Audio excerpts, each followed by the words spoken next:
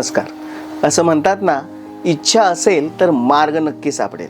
पण काही लोक असतात जे फक्त मार्ग शोधत नाहीत, तर अशक्य वाटणाऱ्या ठिकाणीही स्वतःचा इतिहास कोरतात।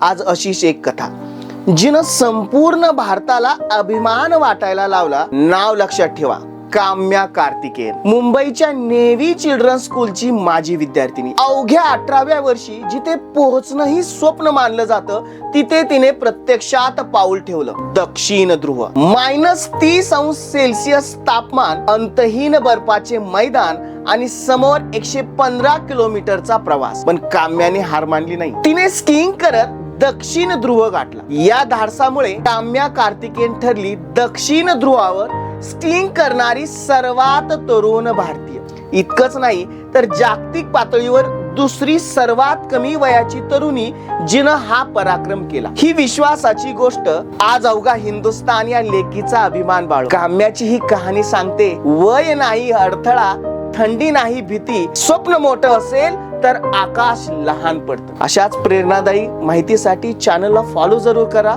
माहिती आवडली असेल तर लाईक जरूर करा। धन्यवाद।